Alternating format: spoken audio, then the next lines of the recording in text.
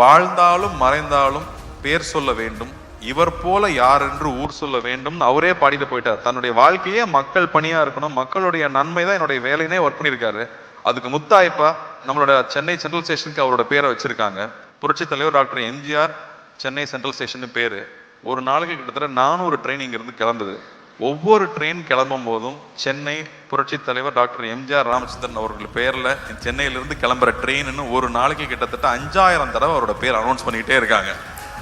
அப்படி வாழ்றதுன்னா அப்படி எப்பேற்பட்ட வாழ்க்கையா இருக்கும், அவர் எப்பேற்பட்ட மனிதரா இருக்கும். 1977ல புரட்சி தலைவர் எம்ஜிஆர் அவர்கள் தமிழ்நாட்டுல ஆட்சி அமைச்சாங்க. ஆனா அதுக்கு முன்னாடியே 1974லயே இங்க புதுச்சேரியில அவங்களோட ஆட்சி அமைஞ்சது.